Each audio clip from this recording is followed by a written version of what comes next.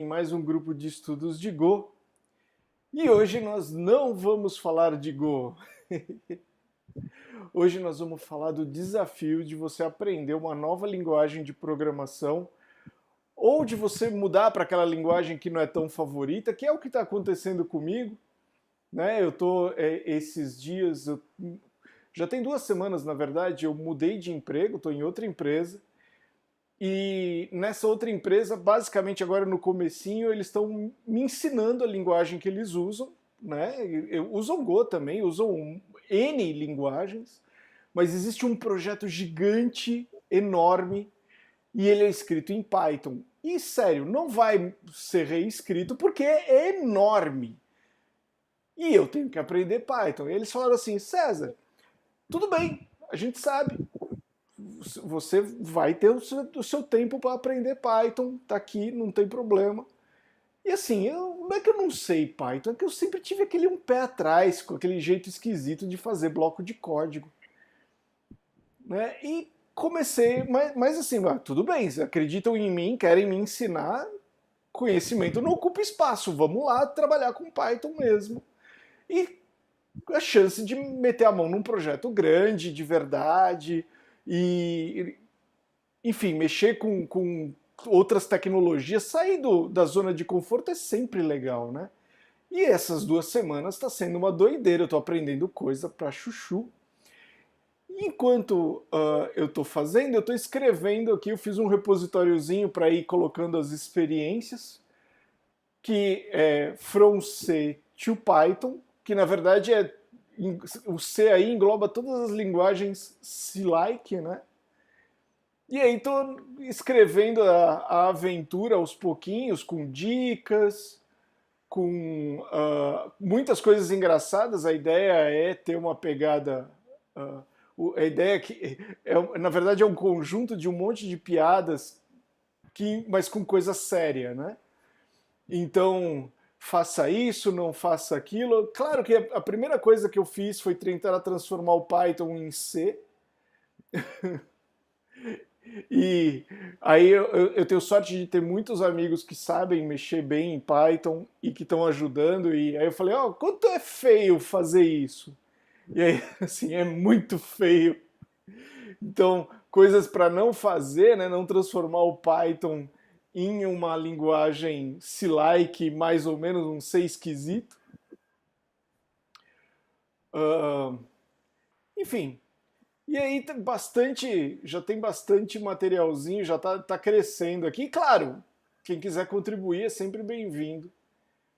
E não vou abandonar o Go. O Go ainda é minha linguagem do coração. Afinal, eu gosto de compiladores, eu gosto de coisa que compila. Mas está sendo uma aventura legal aprender coisas novas e mexer com coisas novas. Novas para mim. O Python não é uma linguagem nova, é uma linguagem bastante antiga, já, muito mais antiga que Go. E todo mundo passa por isso, né? Nós somos profissionais, nós somos programadores e a gente tem que saber lidar com essas coisas. E não interessa em que projeto você entra, vai ter sempre uma coisa nova, vai ter sempre uma linguagem diferente, um ambiente diferente, e é sempre bom aprender. E hoje nós estamos batendo papo falando desse desafio de você aprender coisas novas. Né? Tá aqui o Ítalo, que também vai participar, o Rogério está sem microfone, mas de vez em quando pode escrever alguma coisa aí no chat.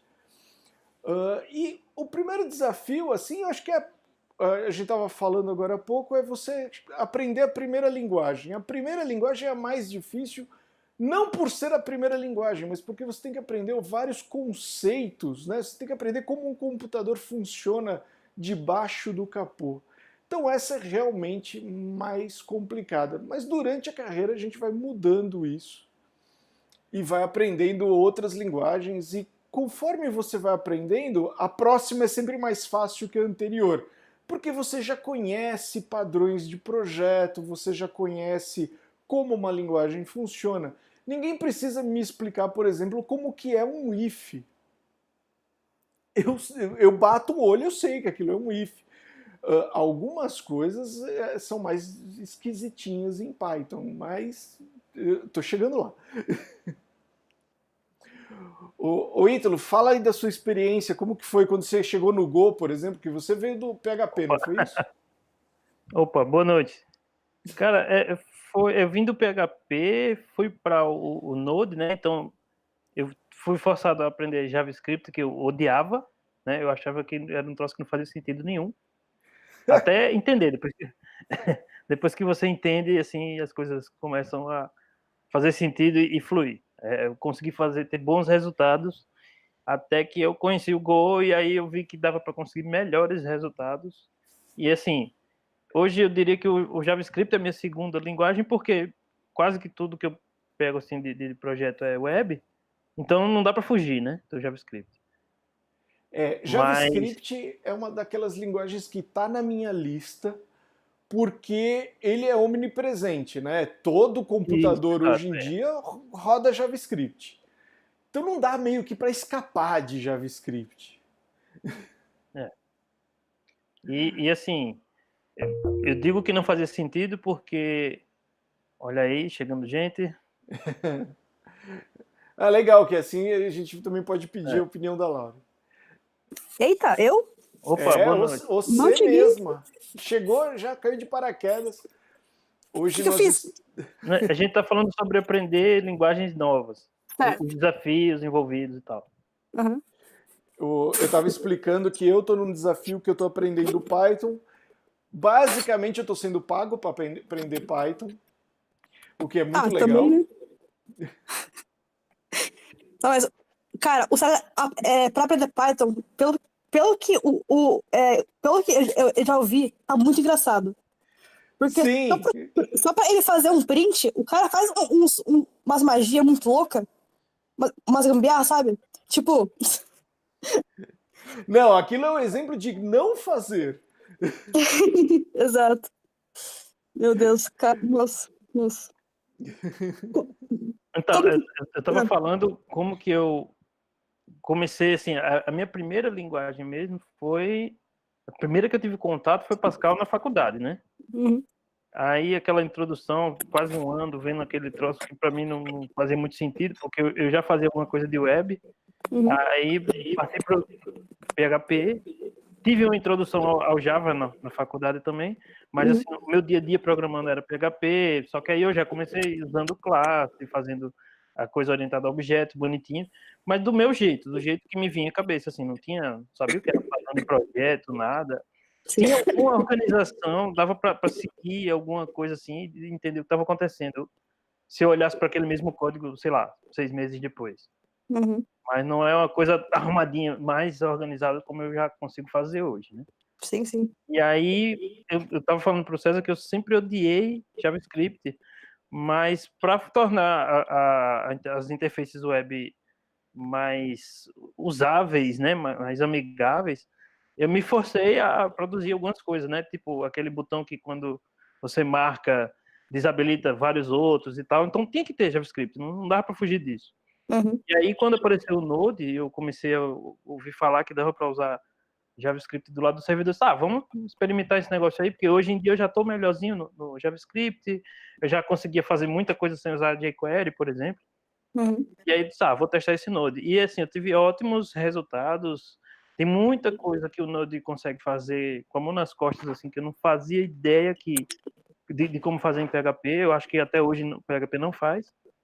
E aí, logo, assim, sei lá, um ano de experiência no Node, me apareceu o Go. E aí, agora, por mim, eu só usaria Go em back-end, né? Oh, Realmente seria para usabilidade. uhum. Go Aí, não o tem jeito. desafio, cara, assim, o jeito de pensar, cada linguagem eu acho que muda muito. Isso é o principal. Uhum. É, Ô César, você diria que você sabe programar assim, aceitavelmente em quantas? cara, eu comecei no Basic. Eu comecei no Basic em ROM, na ROM mesmo, né? Depois eu fui para o C. C ou U, até hoje eu de vez em quando tem alguma coisa de eletrônica para mexer, é C, né? C++ eu aprendi também, mas isso foi muito depois. E assim, o meu C++ nunca foi aquele C++ muito canônico, era mais C com classe, sabe? Aham. Programei em Objective-C, bastante. Eu posso dizer que eu tive um pouquinho de contato com o Arduino, né? Uhum. Com Cara, alguma o coisa C++ desse tipo mesmo. do Arduino não é bem C++, é aquele C mais ou menos, É né? diferente. Sei mais ou menos é É um ótimo. C mais ou menos. Mexi... então, muito com Objective-C, Swift, PHP também mexi, JavaScript muito pouco, só na parte de front-end também. A Clipper, né? Não, é que eu tava fazendo uma linha do tempo e aí pulou pro Objective-C e eu perdi a linha do tempo. Mas muito Clipper, sem dúvida, muito Clipper. É um passado negro aí que vai me perseguir para sempre. O que mais? Java, não? Muito pouco. Eu nunca me acertei com Java. Eu nunca me acertei com Java. E assim, na época que eu tentei mexer com Java, ele era lento demais. Não tinha o gist que a gente tem hoje nas linguagens. Era bem no comecinho, faz muitos anos isso. Era Uhum. muito lento, muito verborrágico e a linguagem ainda estava evoluindo. Então, quando você está aprendendo alguma coisa por conta própria, que você não está num projeto, você não tem muita motivação. E aí você para, sei lá, por 3, 4 meses de olhar aquilo e volta. E aí quando você volta, metade do que você aprendeu está deprecated. Uhum. E aí Pois é. é uma paulada na motivação, né? Você fica desmotivado e acaba fazendo outra coisa. Então, eu sou da geração que a primeira linguagem ever profissional foi Go, o que é algo bem raro, por enquanto, porque Go não é tão comum assim. Raríssimo isso. Não, mas Uhum. é a primeira linguagem profissional, porque você já É. programava antes. Sim, então, na faculdade eu vi, tipo, Java, eu vi C, eu nem cheguei a ver Python antes, sabe? Tipo, eu só vi C e Java. Você é feliz. Pois é, então. É nada, Python só não. virou coisa Sendo, acadêmica depois que eu não estava mais na faculdade. sendo justo com o Python, eu estou tendo uma experiência muito legal. Não está sendo uma experiência ruim. Está sendo uma experiência bem legal, porque eu estou. Basicamente, eu estou programando em Python 8 horas por dia.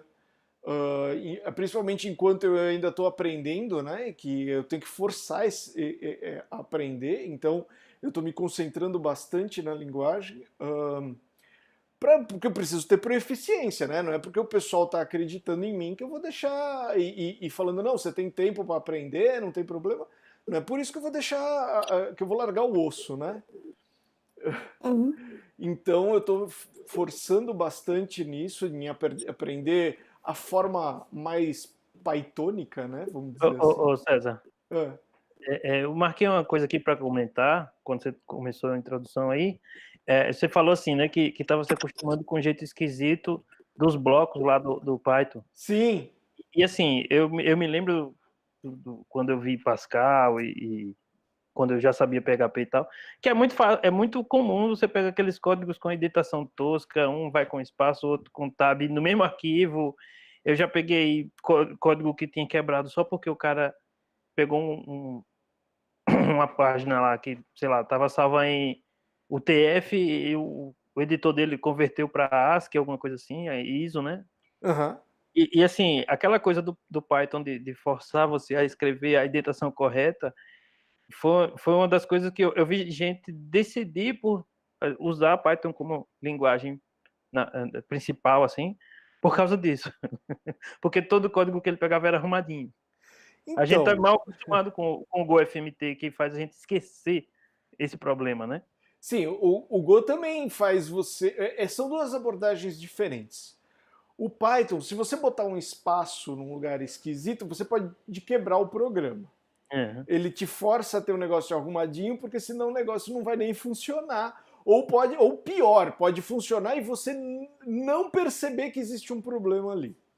O Go não. O Go se a coisa tiver minimamente indentada, no sentido de você quebrou a linha nos lugares certos, não é que está indentado, você só quebrou a linha nos lugares certos, ele vai Sim. compilar. Só que o seu código não vai passar no code review. Mas assim, Não, mas a vantagem hoje em dia é que assim, eu estou aprendendo Python, mas eu estou aprendendo Python no Visual Studio Code. sim. E existem vários outros editores, várias outras ideias, que hoje em dia são sofisticadíssimos. Então eles indentam o código para você, passam as ferramentas de lint, por exemplo, no caso do Python, que é a PEP8, né? Ele verifica se o seu código tá ok no padrão. Então, assim, é muito mais fácil do que se eu estivesse usando um bloco de notas, né? Sim. Nos meus últimos códigos produzidos assim do zero em PHP, já tinha algum linter assim que fazia correção automática e tal, mas eu falo pelo fato do Python ter surgido com isso, né? Você era obrigado a fazer o código arrumado se estivesse fazendo no bloco de notas. Sim, senão não O, tinha o jeito. Go, o Go você começa e esquece que tem que se preocupar com isso, porque não tem, né? Realmente. Sim, você tem o Fantástico. Go Format, ele vai formatar para você e pronto, está formatado. Acaba com aquela discussão de tab e espaço. Na verdade, no Python existe uma certa discussão entre tab e espaço. Depois dá uma olhada nos links. Eu coloquei, vai estar na descrição para quem estiver vendo o vídeo. Dá uma olhada nesse vídeo aqui, tab versus Certo. spaces, é muito Não, engraçado. eu vi, já vi. Mas enfim, No, eu estou no, no JavaScript colecionando ainda as tem um coisas pouco. engraçadas. No JavaScript ainda tem um pouco dessa discussão. Aliás, tem discussão se deve se identar com 2 espaços ou 4 espaços. A coisa mais esquisita do JavaScript é que, principalmente quando a gente está falando de navegadores, é que depois ele vai ser arrancado tudo isso para ele ocupar o menor tamanho possível. Ah, sim. Eu sou muito a favor de entrar logo o WebAssembly, porque aí qualquer linguagem que puder produzir um binário, e até algumas que não podem, vão gerar código WebAssembly. E aí você vai empacotar aquele binário e acabou. Vai para. Mas, cara, assim, eu já vi muita gente com essa ânsia e eu acho que, assim, por exemplo, você mostrou outro dia algum troço aí que gerava código para JavaScript, só que vai o runtime junto, vai um monte de coisa, fica pequeno porque é minificado ou é convertido para WebAssembly, mas vai muita coisa ali junto que não precisava, né? Eu acho que se o cara Ah, puder fazer em JavaScript puro e converter isso para WebAssembly, sei lá, sim, deve ficar realmente otimizado. o que acontece hoje com a WebAssembly e com qualquer outra coisa que. Por exemplo, dá para você compilar com o GopherJS, que acho que é o que você está se Isso, referindo. Dá para você isso. compilar Go para JavaScript e rodar no browser. Não é o WebAssembly nesse caso, é JavaScript mesmo. Mas no caso do WebAssembly, está muito, muito, muito recente ainda.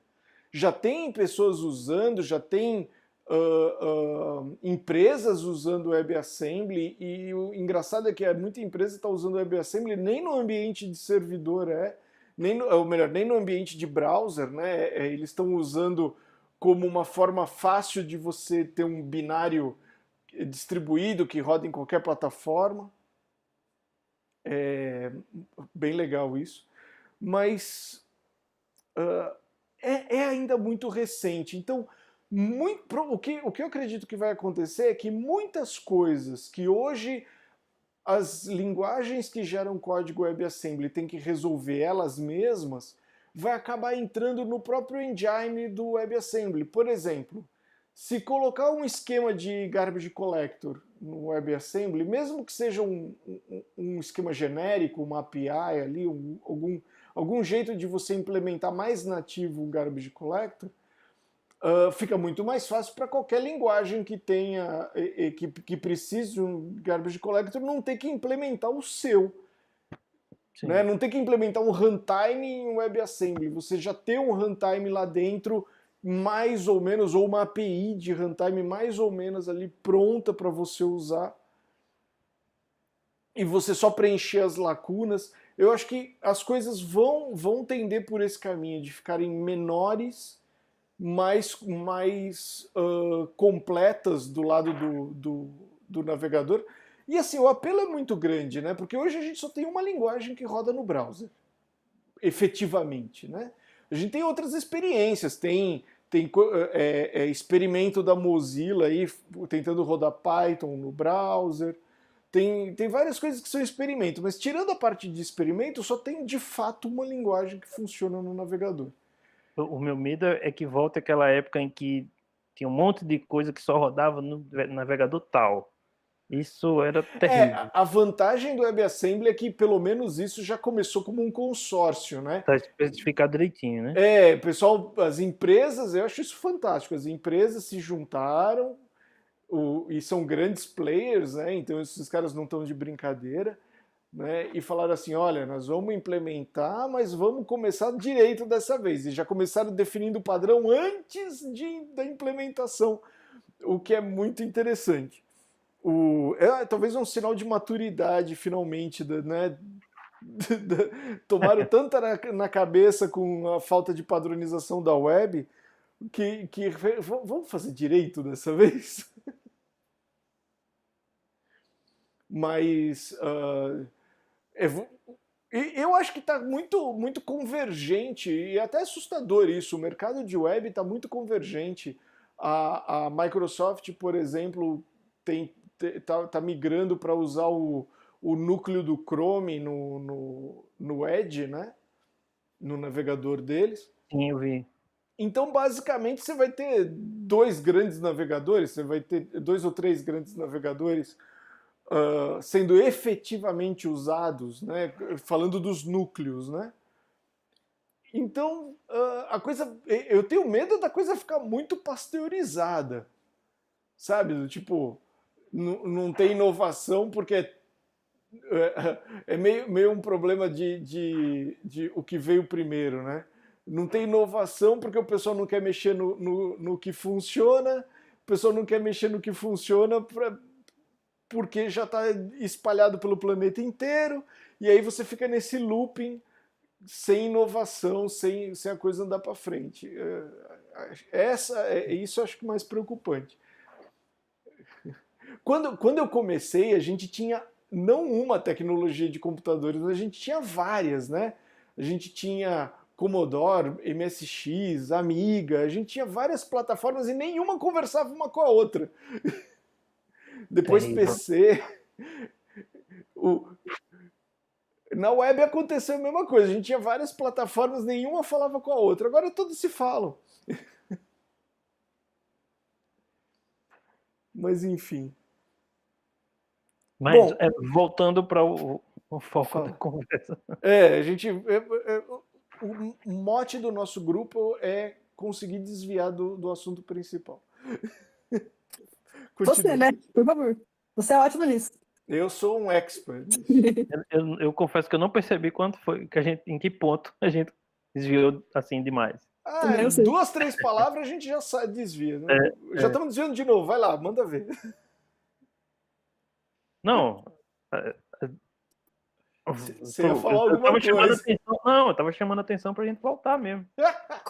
Qual que era mesmo o tema da discussão, que eu não lembro mais? Nós estamos falando de desafio de aprender novas linguagens. Na verdade, sair da zona de conforto, né? Você programa na linguagem X, tá tudo bem com a sua vida, você tá lá feliz e alegre. Aí chega um projeto que usa uma linguagem que você nunca viu na vida, ou que você já viu, mas sabe, você torce o nariz para ela, que nem eu com o Python. Que eu torço o nariz pro Python, mas assim, o problema não é com o Python, é comigo. Pois é. Eu é que tenho que resolver. Eu falei sobre as linguagens que eu tive contato, só concluindo, assim, principalmente, né, PHP, Node e agora Go, E foi muito bom como cada vez que surgiu uma nova, isso melhorou as minhas habilidades nas anteriores.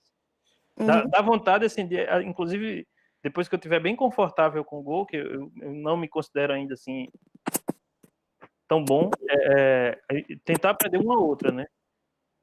Para também continuar sentindo isso aí, dessa melhoria que soma tudo, né? Sim, eu também trago sempre coisas novas que eu aprendi em outras linguagens de volta para o Go, de volta para o C. Isso é muito legal. Uma que eu estou me esforçando para. É assim, periodicamente eu volto e tento mais uma vez é aprender funcional.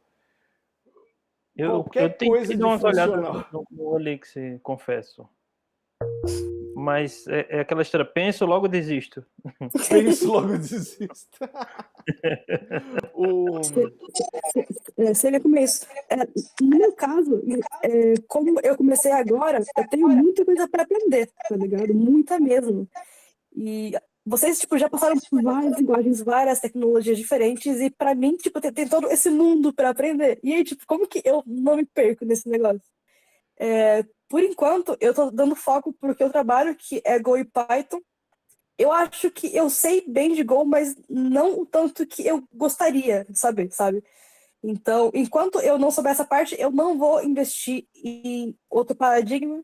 Eu queria muito aprender Elixir, mas eu sei que tipo, vai dar um nó tão grande na cabeça que pode acabar me prejudicando depois, sabe? eu meio que discordo dessa posição. Eu Ah, acho que tem que e ainda mais assim, quando você está mais no começo da carreira, tem mais a que forçar mesmo. Tem que aprende tudo que você puder. É claro que se você puder ter foco é importante, mas não deixa o foco matar a sua curiosidade, sabe? Uh, sim, sim. É que, tipo, mexe com tudo, aham, mas assim, eu sou muito guiado pelo projeto que eu estou trabalhando. Então, porque é aquela história, o que põe dinheiro dentro de casa vem em primeiro lugar. Tá aham, pagando as contas, tá pagando as contas, vem em primeiro lugar. Então, uhum, já foi o Go, já foi o C, já foi o Objective-C. aham. Então, é que eu digo mais de você querer aprender um monte de coisa ao mesmo tempo e acabar não conseguindo se aprofundar em nada, sabe? E, Ser tipo, muito generalista, você diz. Isso que eu tô tentando evitar. Eu era muito isso quando eu, tipo, não trabalhava com linguagem e eu vi que, tipo, no final eu não sabia nada a fundo. Então, eu quero saber algo a fundo que seria o Go para poder, tipo, sei lá, trilhar o caminho das pedras com outras tecnologias. Faz sentido? Faz sim, faz muito Né? sentido. Ó, uma coisa da minha experiência, assim, eu achava que eu conseguiria fazer qualquer coisa com PHP, quando eu só sabia PHP, né? É aquela história que para o martelo tudo é prego, né? Mas aí quando eu vi o Node, por exemplo, com JavaScript eu conseguia resolver problemas que eu percebi que não fazia ideia que se poderia enfrentar aquilo com PHP. E agora com o Go, de novo, né? Assim, não posso dizer que o Go resolve mais problemas que o JavaScript, mas também comparando com o PHP, é essa a sensação que eu tenho. E muito código que eu revi ultimamente, assim, que eu tive que consertar alguma coisa tal, do PHP, coisa de 5, 6, 8 anos atrás, eu olhei e disse, cara, como é que eu fazia esse negócio tão feio assim? Hoje, mesmo que fosse voltar para o PHP, eu tenho certeza que ia ficar mais organizado, mais bonitinho. Até porque o PHP também está muito... do mesmo jeito que tem essa PP8, né, do Uhum. Python, eles lá têm as PSRs, né? E os editores já estão todos automáticos, assim, para dizer, ó, isso aqui fere a PSR e tal. O PHP meio que está forçando as pessoas a escrever um código também mais decente, né? Boas práticas, design pattern e tudo. Uma coisa interessante é que as linguagens cresceram de tal forma que se forma culturas em volta delas e cada uma tem o seu jeito de resolver os problemas, né?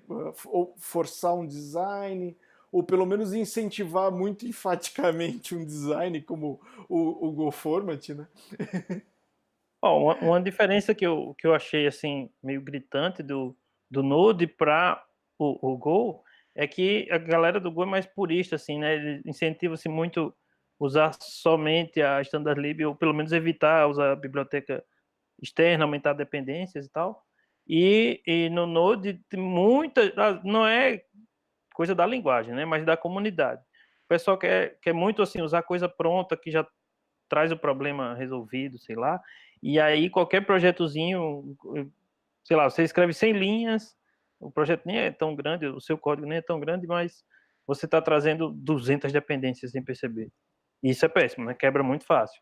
Fica, aparece falha de segurança em pouco tempo, aí você tem que estar atualizando, rebuildando lá o projeto todo, atualizando as dependências.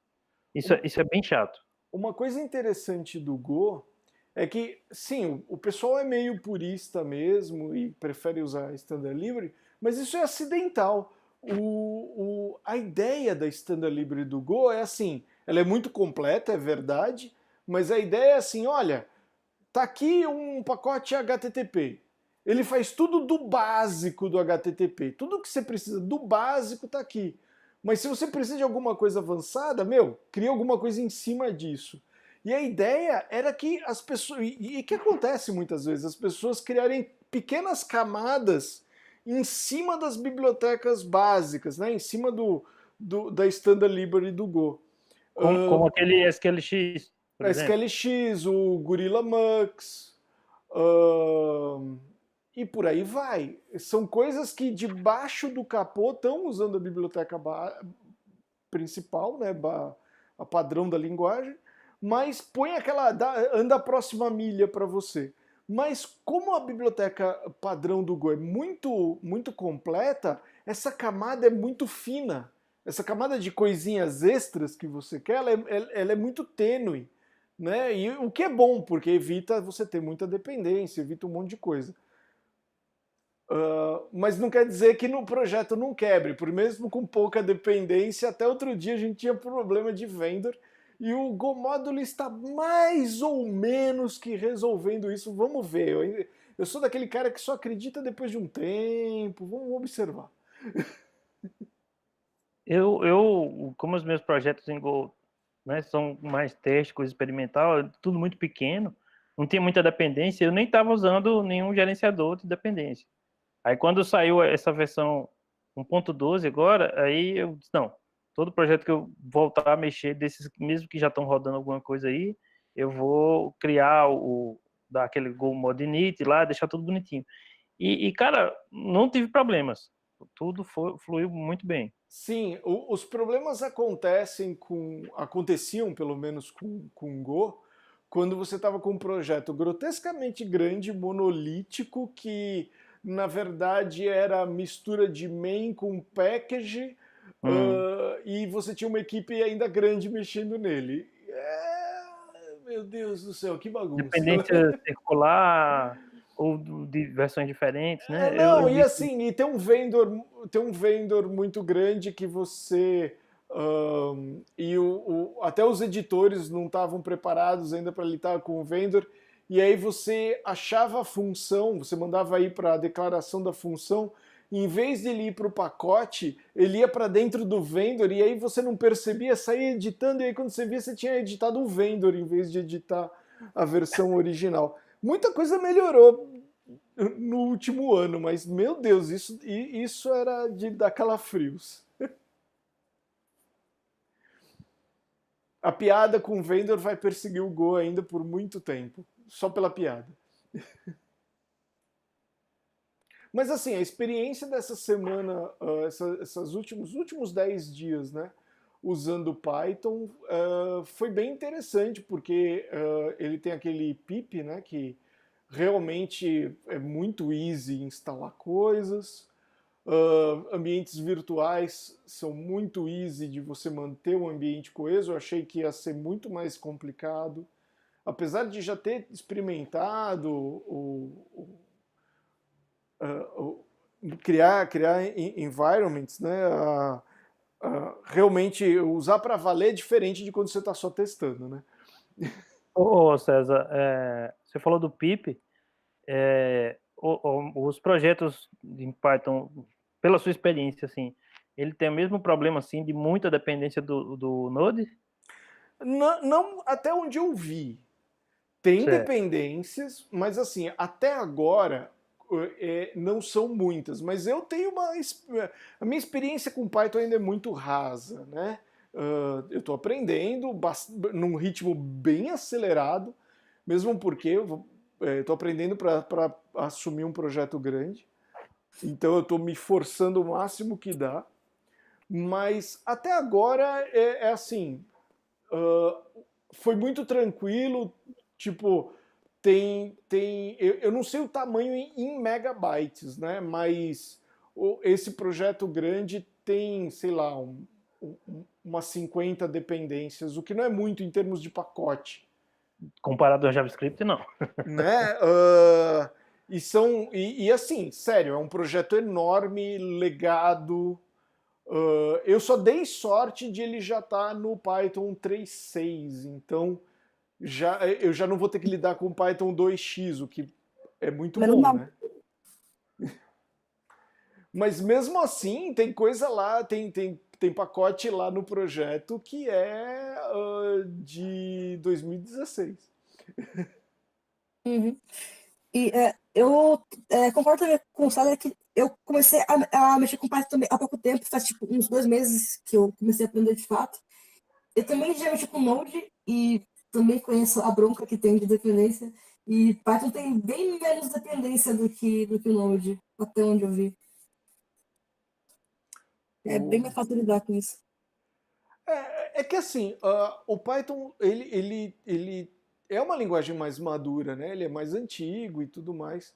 Sim. Então ele teve tempo para amadurecer essas coisas. Você sabe que eu tive curiosidade de comparar isso uma vez?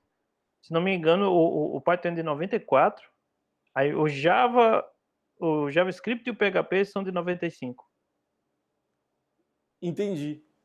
O, Mas cada um envelhece de um jeito, lógico. Não, é que assim, eu acho muito. Depende do nicho que você acaba caindo, né?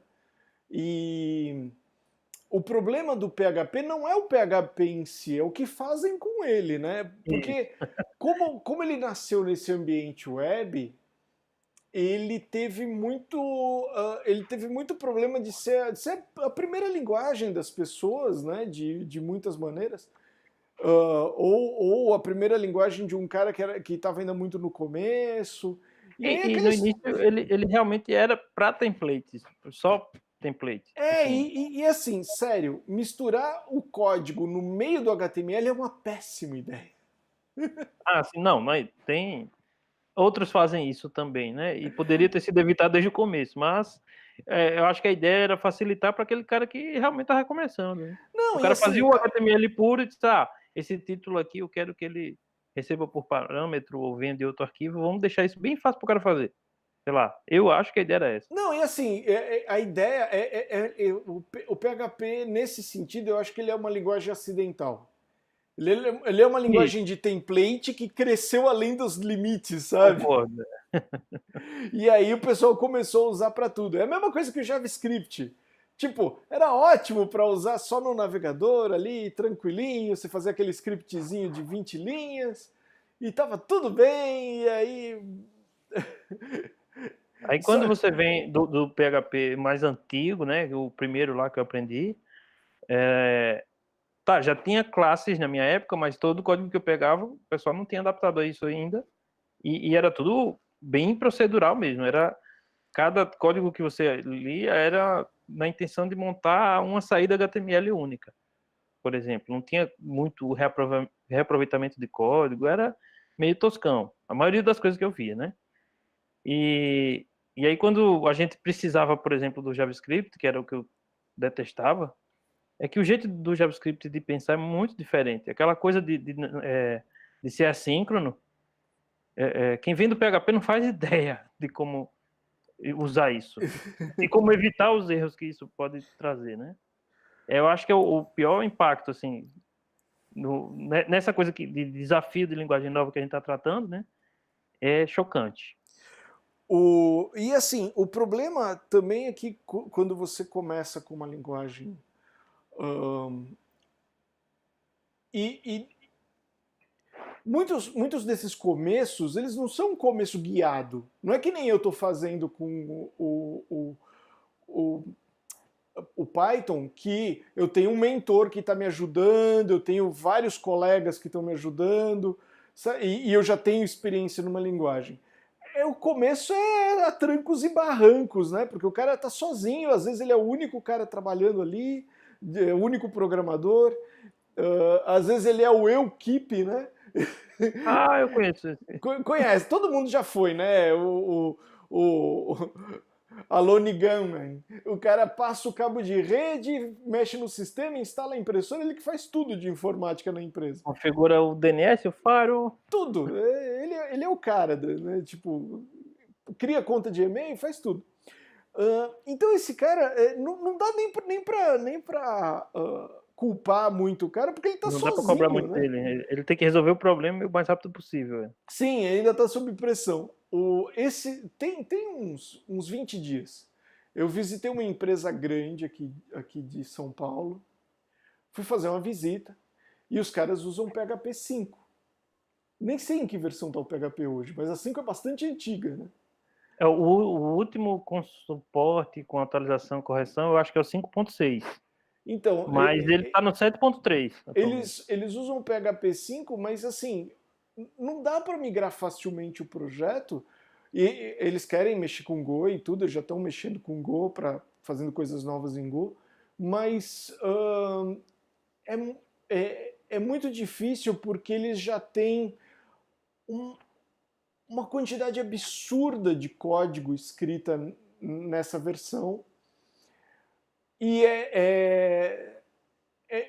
tem muito código de missão crítica ali, tratando de dados de clientes, tratando de muita informação, e eles têm vários milhares de clientes, então não dá para ser como é que é?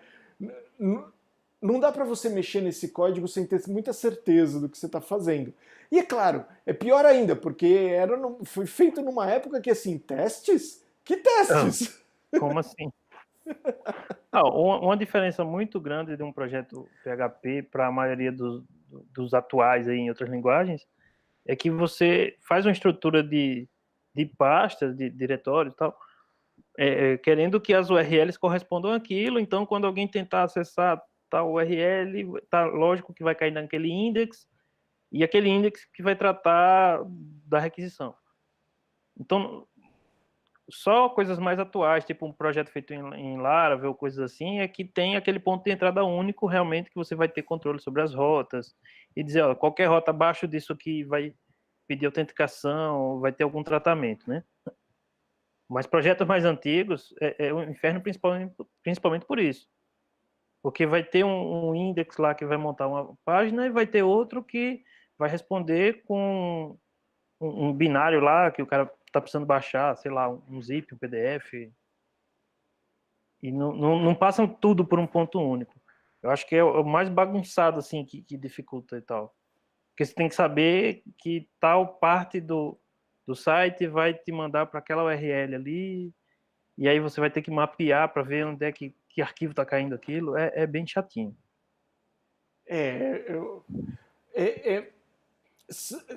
Tecnologias que nasceram em outra época, com Isso. outros conceitos, e é difícil você... é aquela história, né? Engenheiro de obra pronta é fácil, né? Por que não estava aqui quando eu estava construindo essa coisa? Você, por exemplo, muita gente pega um projeto PHP e olha para o URL e diz, peraí, o Apache, ou sei lá qual é o servidor web, está mapeando o root para onde? E aí ele consegue achar o arquivo que está respondendo aquela requisição fácil. Uhum.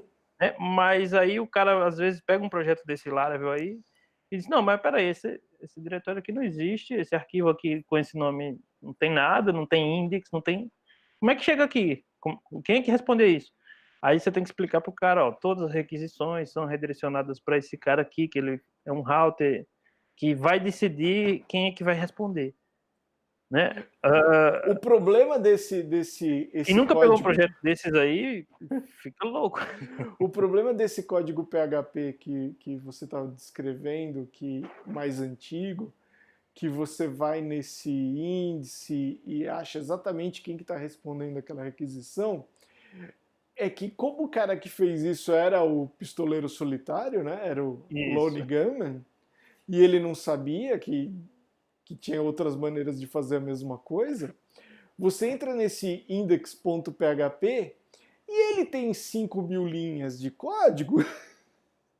Às vezes até não, às vezes ele nem é tão grande, mas ele dá um include em outro, em outro, em outro, e às vezes aquele caminho do include está subindo uma pasta e chamando um config. Aí tem outro cara que também chama um config, mas é um config que está com outro caminho que você só vai perceber depois que você apanhar 3 dias. Assim, O PHP macarrônico, como eu gosto de chamar, né? Aquele lá que mistura HTML, JavaScript, CSS no arquivo só, é até um problema pequeno quando você chega nesses outros aí. sim. Mas é o que a gente estava falando, né? Foram tecnologias feitas para outra época, com outros tamanhos de projeto. Porque, por exemplo, se você misturar tudo num único arquivo .html, mas você estava fazendo a sua paginazinha pessoal com o... Lembra do contador de visitas, essas coisas? Sim. Não faz diferença nenhuma. Agora, quando você tem um projeto gigante para gerenciar, se você não tiver um padrão bom, não é só você que vai se perder, qualquer desenvolvedor vai se perder. A gente está entregando muita idade hoje, né? Eu não posso falar nada. Hoje o Registro BR fez 30 anos e eu tuitei lá que o meu domínio mais antigo que ainda está registrado, a minha conta no Registro BR, por coincidência, hoje está fazendo 19 anos. E o meu domínio mais antigo que ainda está no ar, ele faz 19 anos daqui 10 dias. Tem que ter bolo, cara. Isso é um feito.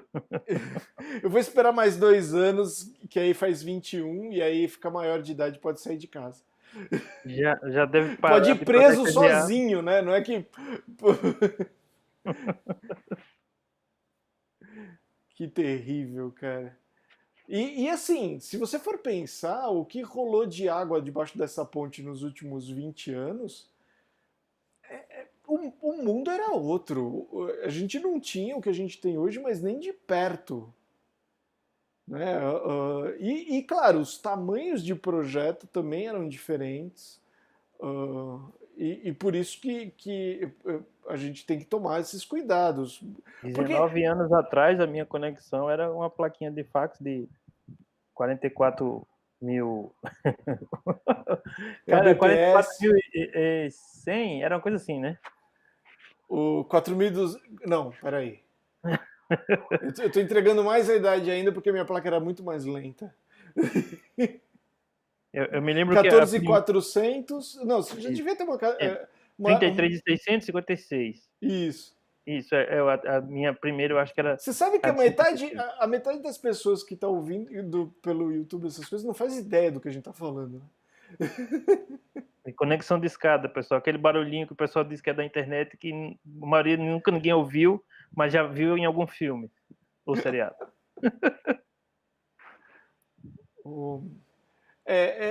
Os projetos tinham outro tamanho, mesmo porque os computadores que a gente tinha acesso não tinham capacidade que a gente tem hoje.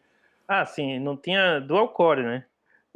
Imagina. Não tinha motivo para o Go existir. Exatamente, não precisava as linguagens ficavam mais rápidas, não porque elas aproveitavam melhor os núcleos e a memória. As O máquinas computador dobrava melhoravam. a velocidade. Bons tempos. Bons tempos, ainda bem que não volta mais, né? Bom Que a gente só lembra das coisas boas, cara. Que se eu não quero voltar, não, eu lembro das coisas ruins.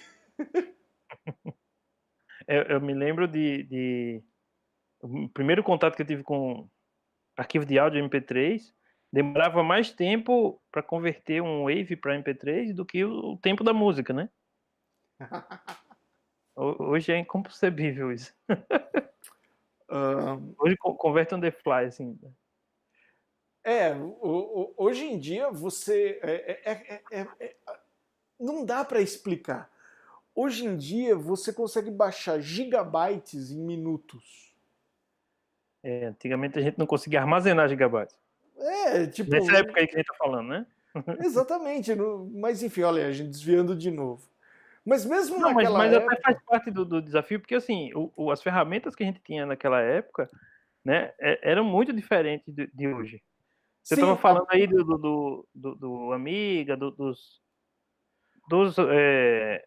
computadores antigos e tal, que não era incompatível, né, o que você fazia em um para tentar rodar no outro. Não tinha nem como você passar um código para tentar dizer, vou tentar rodar no outro só compilando. Não, você reescrevia. A própria linguagem mudava, né?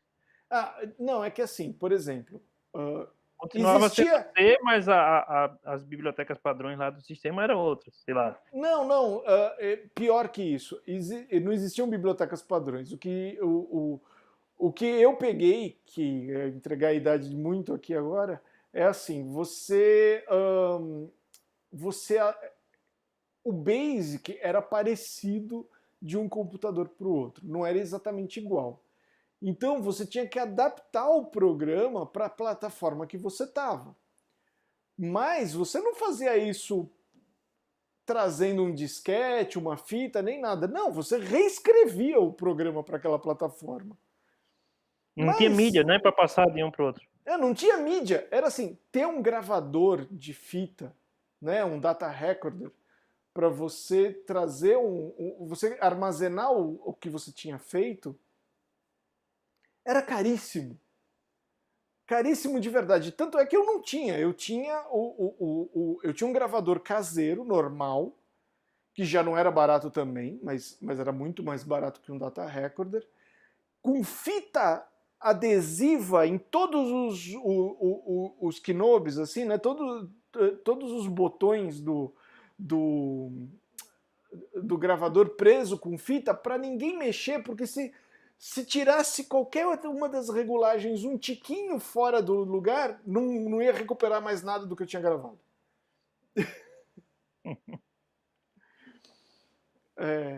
Então, o importante. Hoje a gente tem ferramentas e poder computacional para deixar de ter preocupação com, sei lá, consumo de memória, como tem limites, lógico, mas bem distante do que era nessa época aí, né? É que assim, é importante ter preocupação, né? Não vamos ensinar errado o pessoal, que senão eles vão ficar doidos. É importante ter preocupação com recursos da máquina. Recursos não são infinitos. Principalmente quando você está no nível atual, que as pessoas programam para servidores, e é fácil você fazer um código que consome todo o recurso da máquina. E sim, dependendo de aonde você estiver programando, por exemplo, você colocou um auto-scale, né, para sua plataforma, você contratou uma plataforma qualquer, né, num plataforma as a service, e você falou, olha, não, se eu precisar de mais máquina, aumenta a máquina sozinha e me cobra mais. Você pode fazer um buraco no bolso, cara. Sim. Mas até voltando a tocar, um outro ponto, né, que também a gente estaria ensinando errado, mas de vez em quando a gente fala lá no grupo sobre otimização, né, tem serviços em Go que às vezes podiam ser bem mais rápidos se você usasse mais memória, e aí não estou falando nem de estourar a memória da máquina, mas tipo, sei lá, em vez de usar 100 MB, você usar 500 MB e num ambiente que seja aceitável, claro, e o troço ficar 10 vezes mais rápido. Eu percebi que você tem essa flexibilidade, aí você consegue fazer isso por código e não é uma coisa assim tão do outro mundo. Eu que me considero ainda iniciante, já vi várias oportunidades de melhoria em algumas coisas que eu mesmo fiz. É que assim, otimização dá pra gente falar durante muitas horas. Então não vamos começar aqui, a gente faz um só sobre otimização, mas ahn, otimização depende muito do otimizar para quê? Sim, O se que realmente exatamente precisa, né? é muito importante você ter o objetivo em mente do que você quer atingir, porque Mas existem. o que eu quero dizer, assim, comparando com o PHP, por exemplo, é que eu não tinha oportunidade naquela época de fazer isso via código. Ah, entendi, eu entendi. Não, o Go te dá essa possibilidade por muito mais baixo nível e muito mais focada nisso, mas é muito importante ter essa noção, né, que a otimização, idealmente você não faz, idealmente tudo funciona bem, aí você mede o seu sistema e fala, eu tô com um gargalo em tal ponto, e aí você otimiza aquele gargalo. Então você sabe que você está medindo, que é a primeira coisa que tem que fazer, e o Go é bom para isso, que ele tem instrumental para isso. E aí, a partir do momento que você sabe que tem um gargalo, e você sabe onde ele está, você já mediu o sistema, aí você vai bolar uma estratégia de otimização que pode não ser simplesmente aumentar velocidade de clock, né? Como você mesmo disse, às vezes aqui eu vou mudar minha estratégia para usar mais RAM e aí acabar ficando mais rápido. Você pode fazer isso, por exemplo, usando canais e cacheando as coisas. Tem menos I/O, né? Eu tenho história para contar de I/O, né? Mas assim, como eu falei, tem coisas que, quando você aprende uma linguagem nova, você vê que, eita, o problema que eu tinha na linguagem anterior, que eu não conseguia resolver, ou me livrar, sei lá, é natural para ser resolvido aqui, ou pelo menos eu tenho opções, né?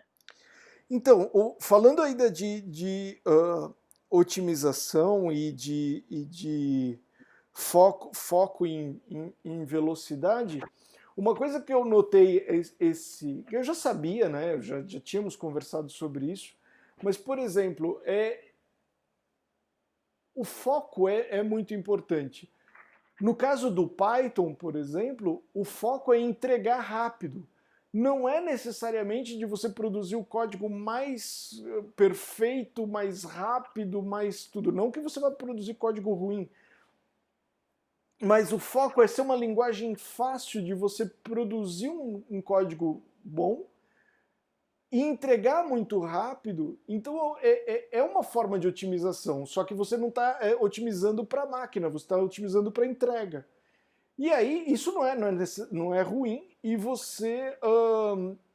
E tem muitas ferramentas para você medir desempenho depois e atacar o problema mesmo, né? Quando você achar o gargalo, falar, ó, isso aqui esse trecho aqui tá com problema, aí o cara vai lá e otimiza só aquele trecho.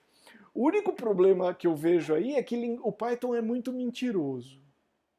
Porque quando você vai ver, como é que eu faço para deixar esse trecho mais rápido? Você vai ver que o cara caiu para o C. Então, não é o Python que ficou mais rápido, é muito mentiroso aí. É que nem o Python é muito forte, por exemplo, em visão computacional, inteligência artificial, mas quando você olha lá por debaixo do capô, quem é bom mesmo nisso é o C. O Python é uma camadinha para deixar aquilo fácil.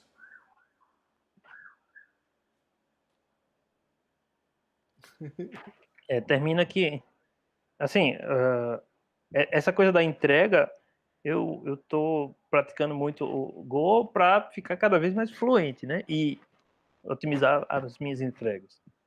É que o Go está num Eu, ponto muito bom, né? O Go tem uma entrega relativamente boa, não é tão rápido que nem o Python, porque, nossa, a coisa da standard delivery do Go tão completa assim ajuda bastante, cara. Assim, né? Eu vi muita coisa feita em C por aí que, pô, nem sonho você conseguir entregar no tempo dos projetos em Go, né? sim, é que como é não é só o Python que é rápido na hora de você produzir um projeto, é o ecossistema que está em volta. Então, por exemplo, em Go a gente não costuma usar um ORM. Em Python, tem ORMs que você definiu o modelo, ele puff, gospe o migration, gospe tudo para você. Essa semana mesmo, eu usei estava estudando num projeto, né? E falei assim, caramba, eu só defini o modelo, eu não preciso, o sistema subiu inteirinho, fez todas as coisas, eu não precisei escrever uma linha de SQL.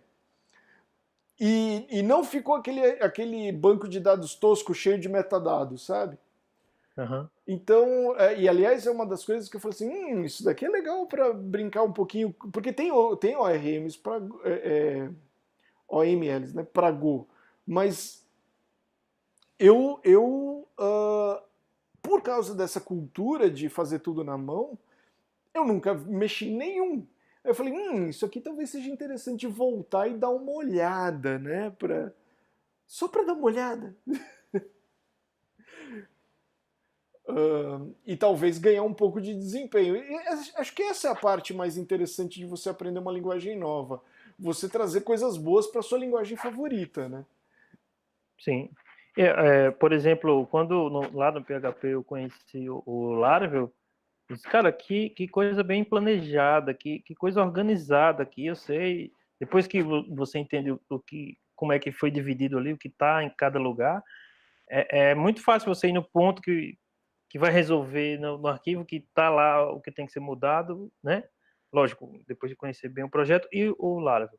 Aí você falou de ORM, eu cheguei a ver também alguns na época do Node, o Laravel também tem, tal, mas o nível de maturidade varia muito, né? Não sei como são aí os do Python.